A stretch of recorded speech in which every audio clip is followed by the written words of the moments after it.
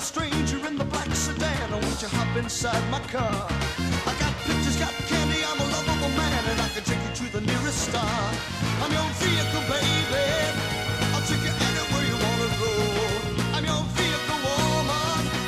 By now I'm sure you know that I love you, I need you, I want you, got to have your child. Great God in heaven, you know I love you.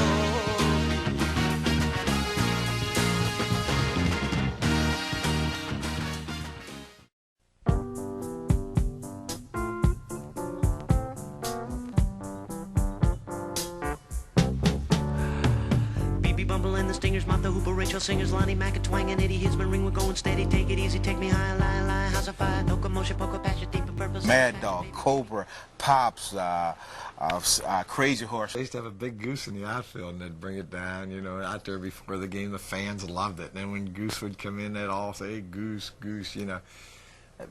And I think it was the fact that the fans got into it, like the fun part of it. The fun part of it. And I don't know why. Well, they have nicknames, the Big Hurt. But they're not like they were then. There were more then. I think that Charlie Finley had the monopoly on nicknames. And Phil Garner, Scrap Iron, as tough as nails. On a callback radio show, somebody said, well, why don't you describe this new player to us? And he had said, well, he's tough. You can bend him, but you can't break him. He's kind of like a piece of scrap iron. And so that's the version that I prefer to go by.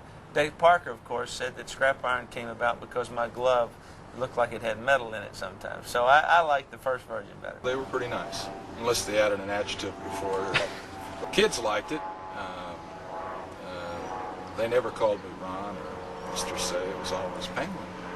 Some writer in the press box said that Hargrove took so much time between pitches that he was a human rain delay. So that kind of caught everybody's fancy, and everybody picked up on it. When I played, the dugout, the clubhouse was down left field line. So we got a chance, after the game, we get to walk down there, fans just yell at you, barkman, mad lock. And I used to bark at the umpires a little bit in my days. I got kicked out a few times. Well, Charlie Hustle, I thought that was pretty appropriate. Hammer and Hank Aaron, Willie Stretch McCovey, they called Reggie Jackson Mr. October. And so there were, a lot of very appropriate nicknames. And, they all seemed to fit one way or another. The Mad Hungarian, Al Rabowski, as he was there when he was developing that persona. We knew who he really was, and that was something that he wanted, again, to portray to the opposition so that they would pay more attention to that other than the fact that the guy could only throw a fastball. Yeah, he was good for baseball. He really created a good atmosphere here in St. Louis. And it always helps if you have a gimmick to be able to pitch, and he was able to pitch. No, he didn't intimidate me. That slapping of the glove and, the talking behind the mouth, that really never bothered me. He was our closer. But boy, you talk about slowing up a game. Every pitch he'd walk behind the mound and psych the hitter out on the other team. They were always stepping out, trying to get back in, and Al threw hard enough that he could get by him. And I'll never forget, we were in Houston, and Al walked behind the mound and threw his ball down into his glove and missed his glove, and the ball comes squirting out. And so he kind of sheepishly walked over, picked the ball up, got on the mound, and just got his tail kicked. He would get behind the mound, and he'd psych himself up, yeah. I didn't have the physical size or the physical ability of Bob Gibson, so I tried to manufacture it through the Mad Hungarian.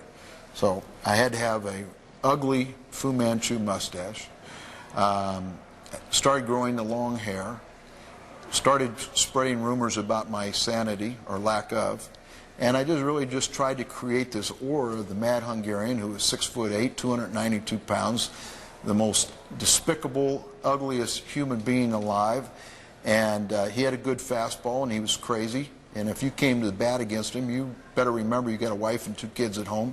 This guy's sick and crazy. He might hit you in the head. And, you better be careful how you swing the bat.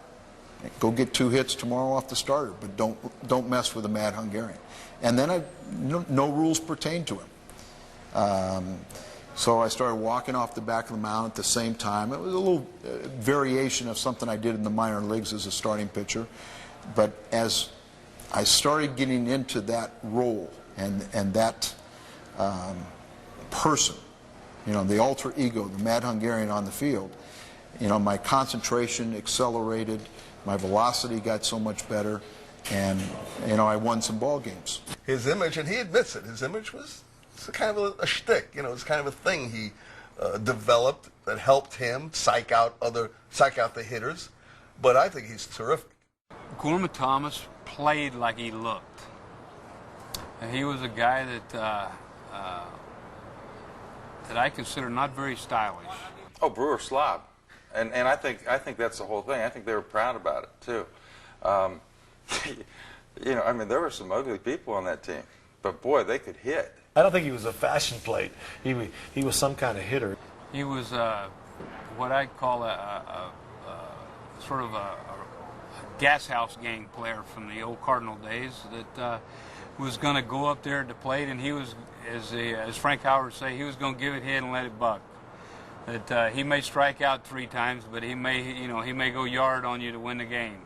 And to me, that's sort of the way Gorman played. You know, he was it was all or nothing with him every day that he walked out there, and he wasn't going to leave much in the bag. He didn't take a 5-iron up to the plate. He took his driver up there. Brewer's fashion plate. Brewer slob. I mean, Gorman was a great home run hitter in the era that I played, in the time that we played against him, and he was a sloppy dressing guy. He reminded me a lot of Bill Lee's dress. Like he had the scraggly beard, the long hair, never brushed or combed his hair or beard, and they went out and they played the ball game to win. And I don't fault Gorman Thomas by the way he looked, but I knew that if he was at that plate, he was going to try to do something to beat you. And out in the field, he was a good center fielder, too. And it was just one of those things. These guys played baseball to win. And there's a lot of ball players that don't do that. Stormy Gorman. I liked him a lot. Biker gang model, but he was nasty. You know, he spit, he drooled all over himself. You know, when you look at that Brewers team of the late 70s and early 80s, they had some throwback kind of guys. You know, they had some guys on that ball club that, you know, could have been right at home in 1955, including Euchre in the booth. You know, and where they played, County Stadium in Milwaukee, the whole feel of the place. Robin Yount, Jim Gantner, and Simmons by that time had come to that ball club. Gorman Thomas, just perfect. And I'm the guy who revolutionized the dress code in the 70s. For my hair and dreads, first ball player probably to do that, white ball player. The Dodgers, who dominated the 60s, they kind of lost their grip in the 70s, and that militaristic, anal retentive, what I call militarism of baseball kind of loosened, and it became fun to play again. But the one thing that I remember most about Bill Lee, though, is when it was his day to pitch, and he went out there on the field, he was a real gamer. You know, he was non-typical of what maybe you would think his personality would be out on the field. You know, you would think he would be free-spirited, you know, and just sort of laugh. And he wasn't like that at all when the game started. I mean, he was a grinder, and line drives hit up the middle. I mean, he'd throw a leg out, he'd throw an arm, anything. You know, he could hit him anywhere. He didn't care, as long as he could get an out on it. He was very free-spirited, to say the least, and but he was intelligent at the same time. You know, he was not a dummy. He was just had a unique way of looking at things. You know, according to him, a left-handed way to look at it, which is the right side of the brain. So he figured he was the right way to look at it.